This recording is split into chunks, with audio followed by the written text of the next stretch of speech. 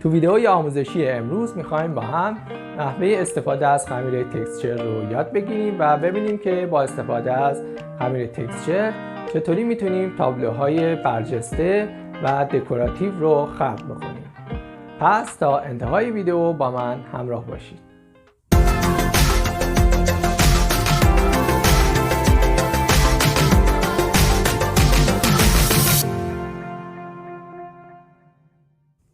سلام و عرض ادب خدمت شما عزیزان. من حمید شیخی هستم و کانال من در رابطه با آموزش نقاشی، آبرنگ، اکریلیک، آبستره سلولی و رنگشناسی و در کل درباره نقاشی هست.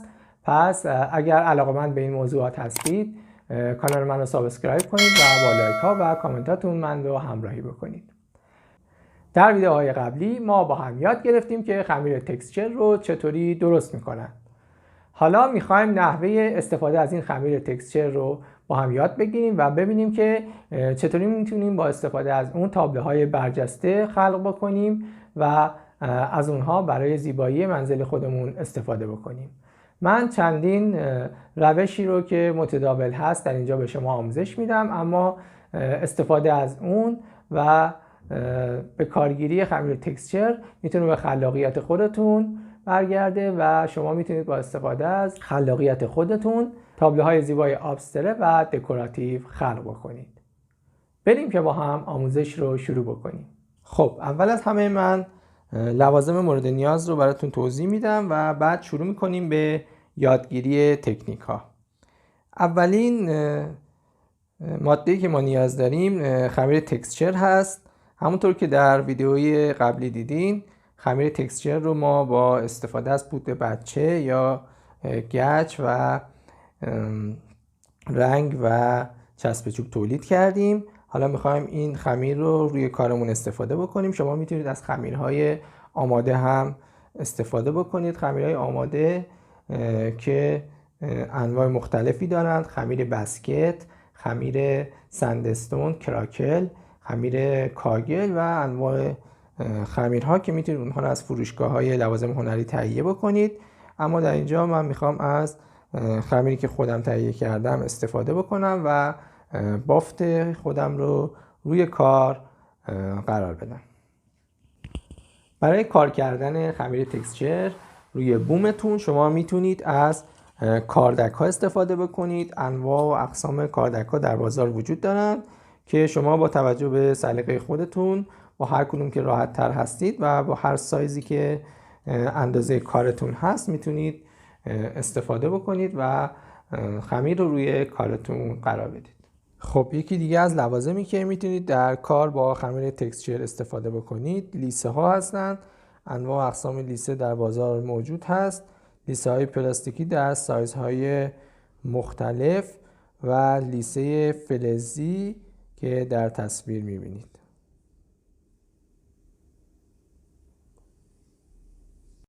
خب قبل از اینکه شروع بکنیم من یک نکته رو در مورد خمیر تکسچر بگم. وقتی که خمیرتون کمی سفت شد نباید به اون آب اضافه کنید، چون که باعث ترک خوردن خمیر میشه. فقط کافیه که مقداری رنگ، حالا هر رنگی که میخواستید زمینتون اون رنگی باشه، اضافه بکنید و خمیرتون رو نرم بکنید. همونطور که میبینید در اینجا من به خمیرم رنگ اضافه کردم و آماده کار شده. در تکنیک اول ما میخوایم خمیر رو با کاردک به صورت لایه نازکی روی بوممون بکشیم. برای این کار مقداری خمیر بردارید و اون رو به این صورت روی بومتون بکشید. میتونید از کاردک استفاده بکنید و یا از لیسه پلاستیکی هم میتونید استفاده بکنید. به این صورت روی کارمون بافت ایجاد میکنیم.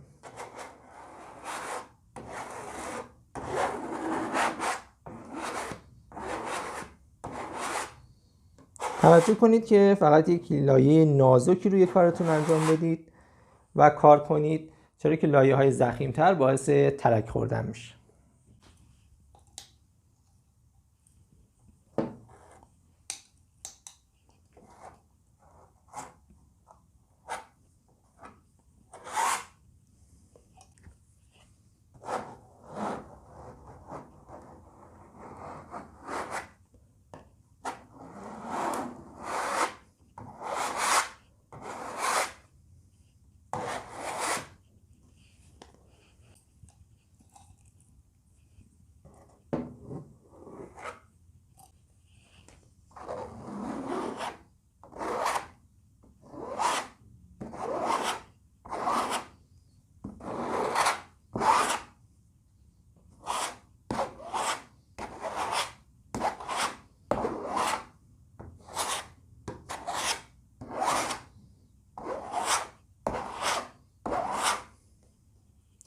خب سعی کنید که غیر منظم کار کنید تا یک بافت زیبایی رو به کارتون بده.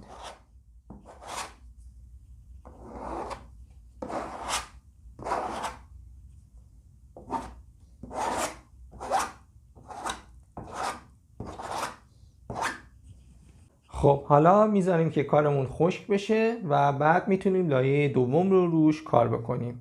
همچنین میتونید که روی این لایه وقتی که خشک شد رنگ گذاری بکنید و همین کار رو اینجا به پایان برسونید و یا اینکه میتونید روی اون هم باز لایه های دیگه ای کار کنید و تکسچرهای مختلفی رو روی این تکسچر قبلیتون پیاده بکنید. حالا کار رو میذاریم خشک بشه تا بخش دوم کار رو انجام بدیم.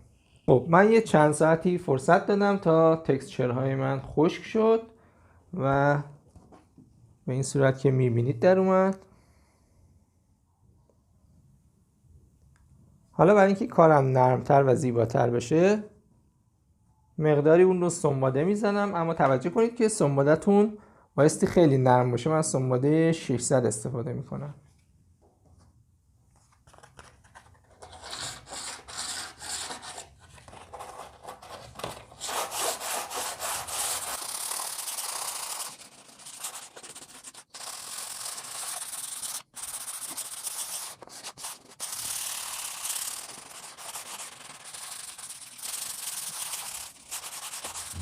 خب تو این مرحله شما میتونید به سطح کارتون رنگ اضافه بکنید و یا اینکه میتونید که روی اون لایه دوم رو به کار ببرید. من در اینجا براتون رنگ اضافه میکنم تا ببینید که چطوری یک سطح کار با تکسچر رو رنگ آمیزی میکنن. این کار شبیه پتینه کاری هست. اول من مقداری رنگ اضافه میکنم. خب رنگ سبز رو با سفید مخلوطش میکنم.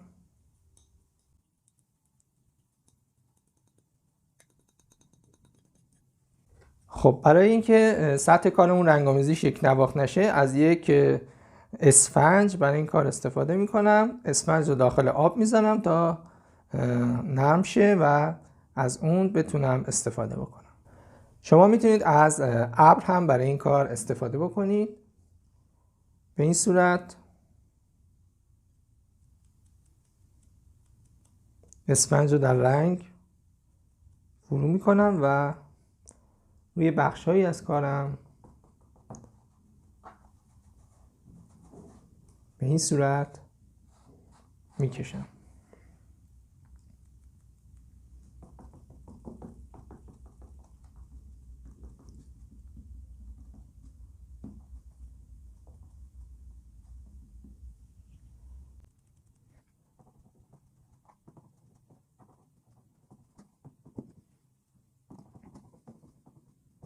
خب این یک روش برای رنگ‌آمیزی کار تکسچر بود که اول ما تکسچر رو روی کار پیاده کنیم و بعد روی اون رو رنگ بزنیم.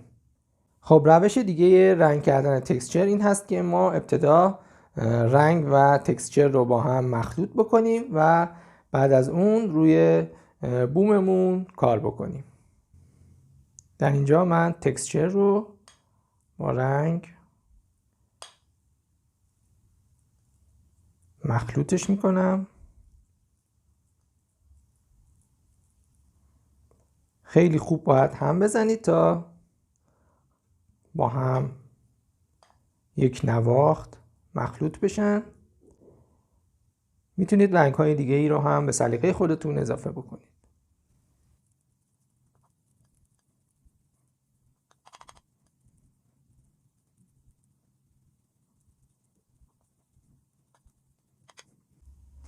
حالا خمیر تکسچر رنگی من آماده است و اون رو روی سطح کارم به کار میبرم.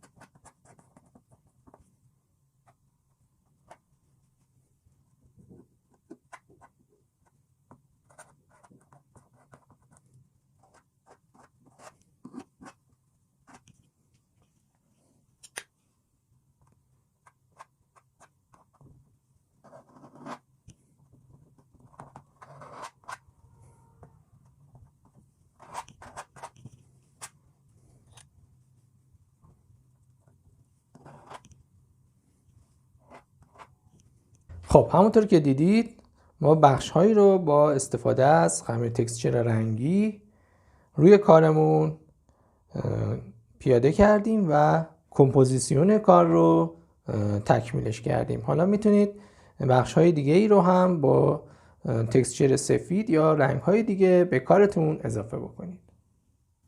حالا مقداری رنگ هلویی اضافه میکنم و کارم رو با رنگ هلویی ادامه میدم.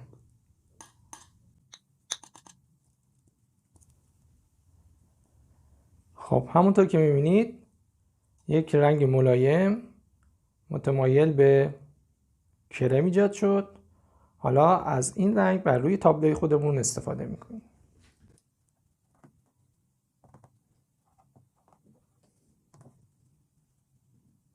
خب من کاردکم رو عوض میکنم و بخش هایی رو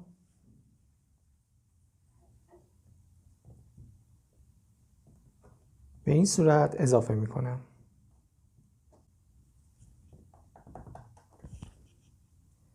میتونید از روش ضربه‌ای هم استفاده کنید تا بافت خشن‌تری بهتون بده.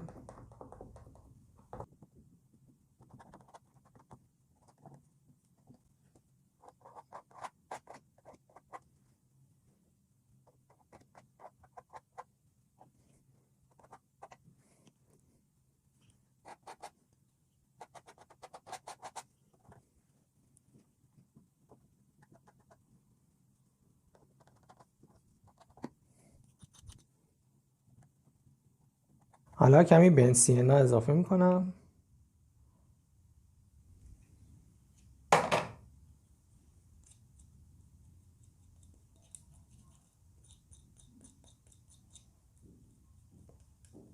خیلی نمیخوام کارم رنگارنگ بشه، ولی خب میخوایم که یک طیفی از رنگ ها رو داشته باشیم.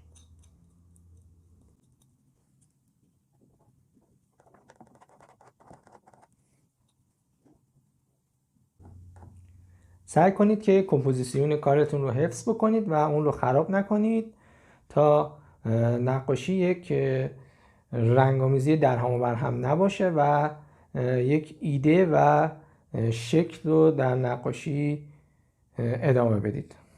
حالا کمی آبی اولترامارین اضافه میکنم.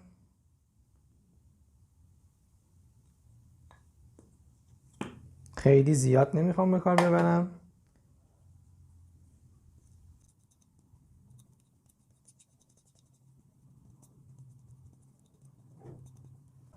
خب یک رنگ آبی ملایم به متمایل به فیروزه‌ای ایجاد شد که حالا به مقدار کم من روی تابلوم استفاده میکنم.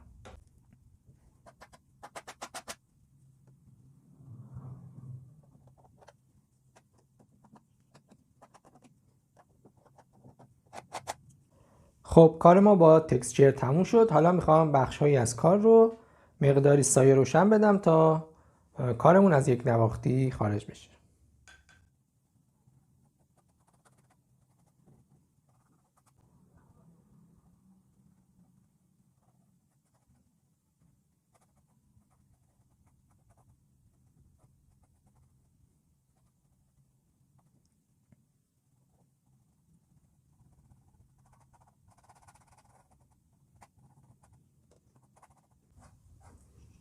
حالا اجازه میدیم که کارمون خشک بشه.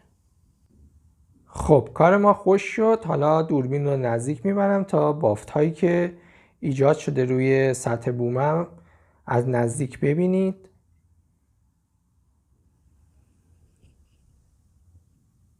خب همونطور که میبینید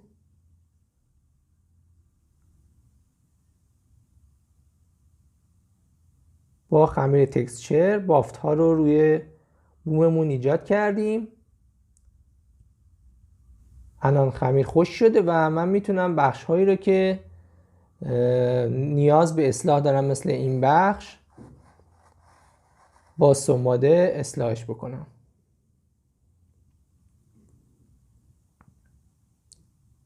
همونطور که میبینید هیچ گونه ترکی روی تکسچرمون ایجاد نشده.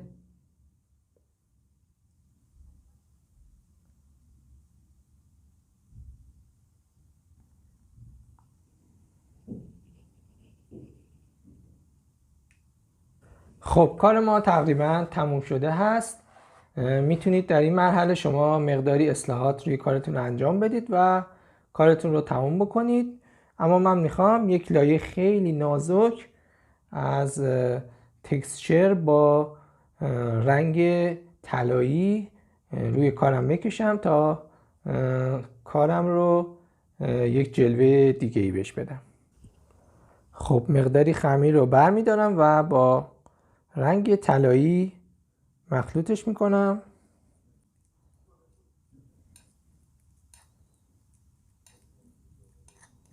خب خمیر رو با گلد یا رنگ طلایی مخلوط کردم و حالا یک لایه خیلی نازک روی کارم میکشم با استفاده از یک لیسه.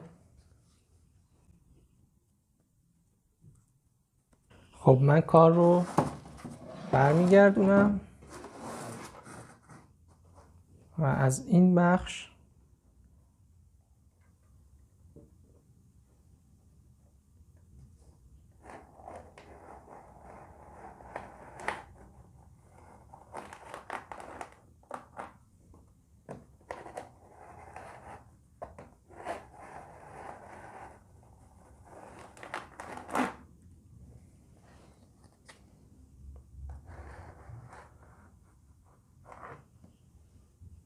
به این صورت میکشیم.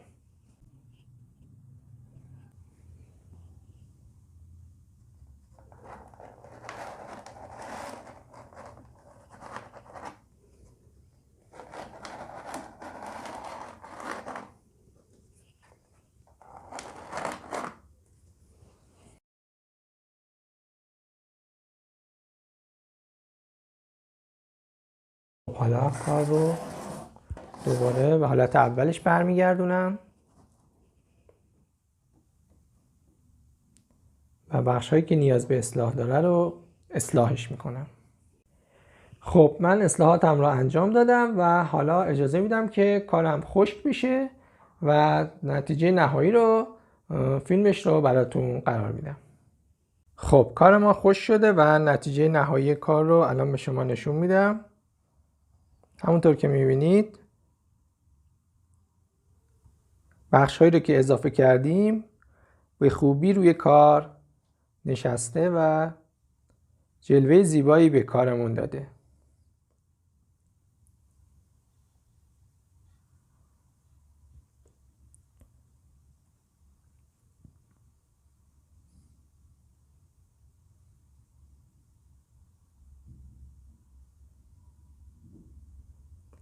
خمیر تکسچری که من استفاده کردم همونطور که بهتون گفتم خودم تهیه کرده بودم و نحوه آموزشش رو هم در کانال قرار دادم.